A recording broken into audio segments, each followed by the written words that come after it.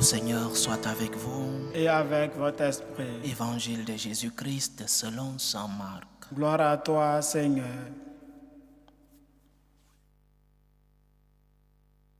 En ce temps-là, les pharisiens et quelques scribes venus de Jérusalem se réunissent auprès de Jésus et voient quelques-uns de ses disciples prendre leur repas avec des mains impures, c'est-à-dire non lavées.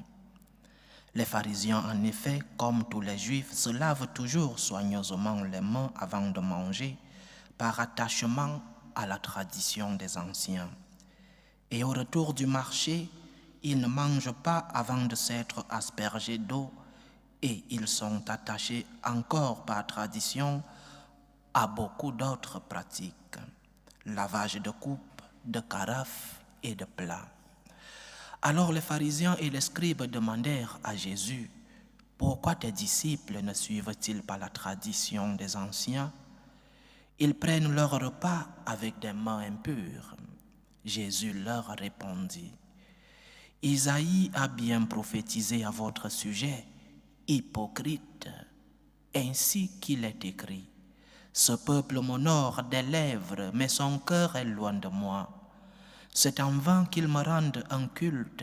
Les doctrines qu'ils enseignent ne sont que des préceptes humains. Vous aussi, vous laissez de côté le commandement de Dieu pour vous attacher à la tradition des hommes. » Appelant de nouveau la foule, il lui disait, « Écoutez-moi tous et comprenez bien. Rien de ce qui est extérieur à l'homme et qui entre en lui ne peut le rendre impur. Mais ce qui sort de l'homme, voilà ce qui rend l'homme impur. » Il disait encore à ses disciples, à l'écart de la foule, « C'est du dedans, du cœur de l'homme que sortent les pensées perverses, inconduite, vol, meurtre, adultère, cupidité, méchanceté, fraude, débauche, envie, diffamation, orgueil et démesure. Tout ce mal vient du dedans et rend l'homme impur. » Acclamons la parole de Dieu. Louange à toi, Seigneur Jésus. Chers frères et sœurs, en ce dimanche, le Seigneur nous parle de la relation que nous devons avoir avec lui. Dans la première lecture que nous avons lue aujourd'hui, le livre du Deutéronome, le Seigneur parle déjà à ce peuple et lui demande, après lui avoir donné sa révélation et ses lois, et lui demande de ne rien ajouter. Vous n'ajouterez rien à ce que je vous ordonne et vous n'enlèverez rien. Le Christ vient changer une tradition qui, au fil des siècles, en maintenant la révélation, mais une tradition des hommes qui ont ajouté des préceptes non révélés, des préceptes avec très peu d'importance dans la relation entre Dieu et l'homme, des préceptes qui n'avaient rien à voir avec le chemin que Dieu a tracé pour le salut de son peuple. Le Christ, sans rompre l'Ancien Testament, est continuité de celui-ci.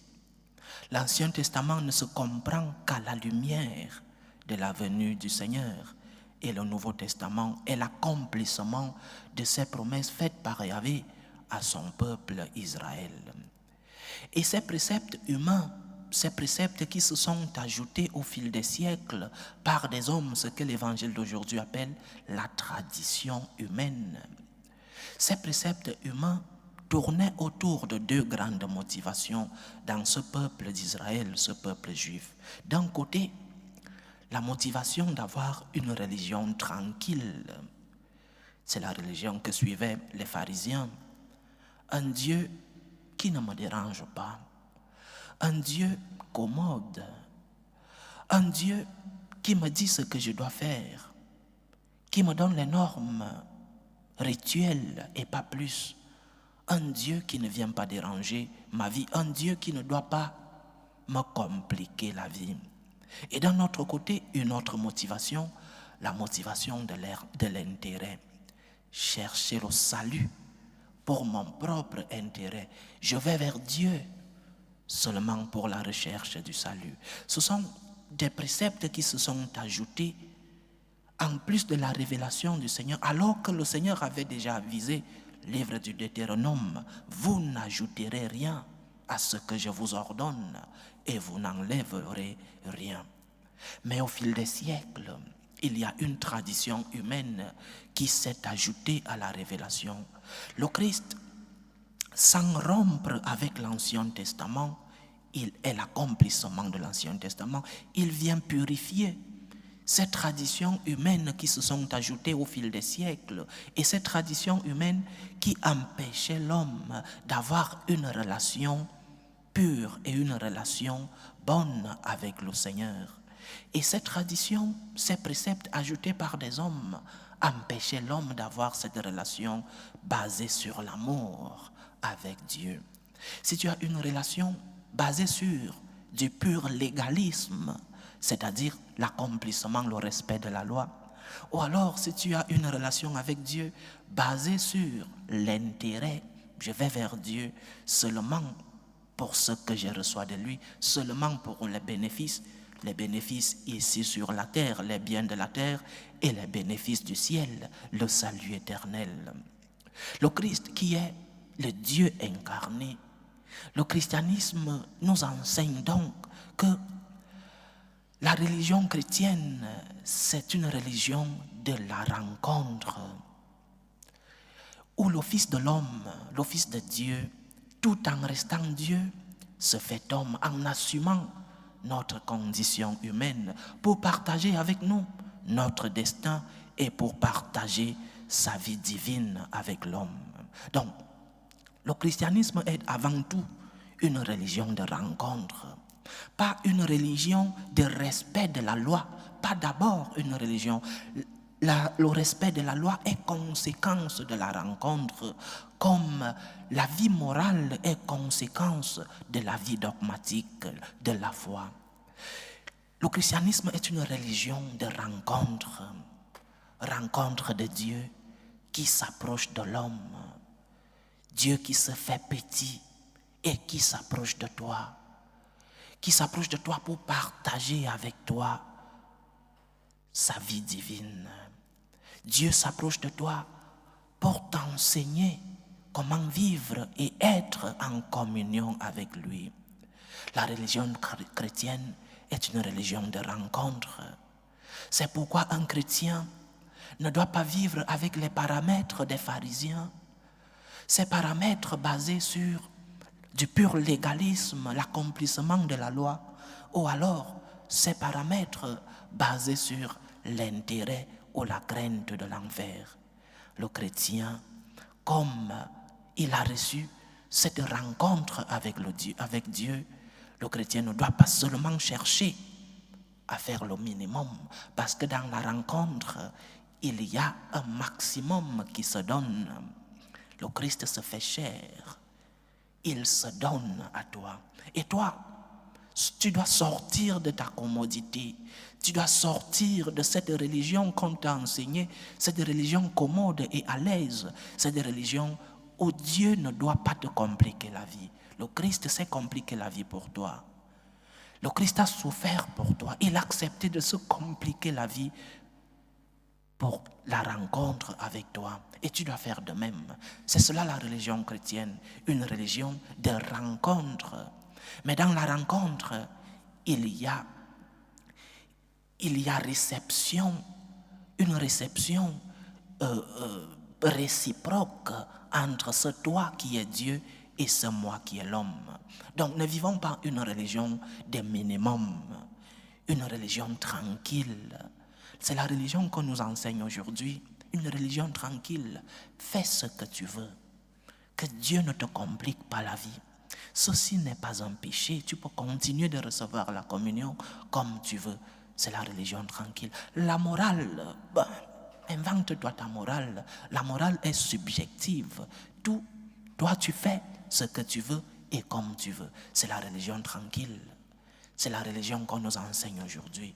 Nous ne pouvons pas vivre seulement dans cette religion de l'accomplissement de la loi ou dans cette religion de la recherche de l'intérêt et dans cette religion commode. Le Christ vient nous demander de vivre une relation de cœur à cœur avec lui. Le Christ nous a ouvert les portes de son cœur par son incarnation. Le Christ vient nous enseigner comment avoir une relation avec Dieu.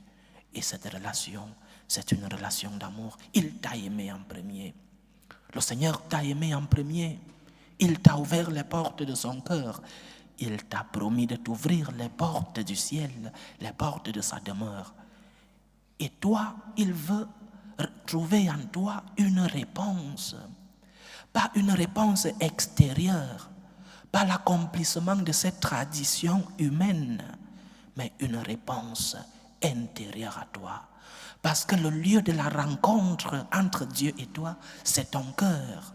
Le lieu de la rencontre entre ton Seigneur et toi, ce n'est pas l'accomplissement des commandements, le respect des commandements ou alors le respect de certaines traditions. Le lieu de la rencontre entre Dieu et toi, c'est dans ton cœur. C'est pourquoi l'évangile d'aujourd'hui nous parle de ces mauvais comportements qui sortent de notre cœur. Parce que nous n'avons pas réussi à avoir une relation de rencontre avec Dieu dans notre cœur.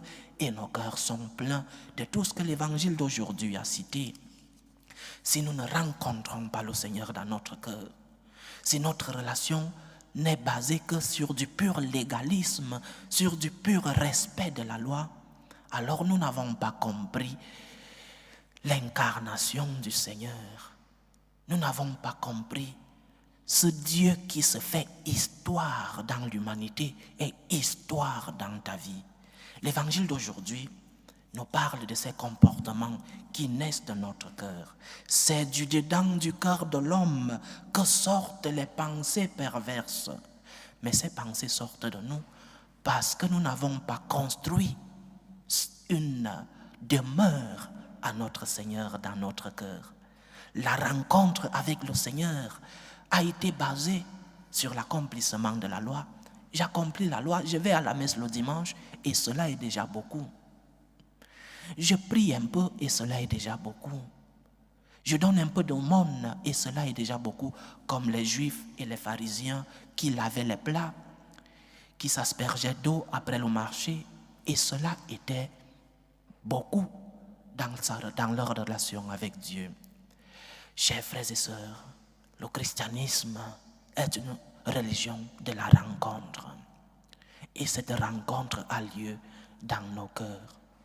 Si nous n'avons pas des cœurs qui ont reçu le Seigneur, si nous n'avons pas des cœurs qui ont préparé une demeure au Seigneur, alors nous ne pourrons même pas accomplir la loi. Notre vie morale ne sera pas parfaite.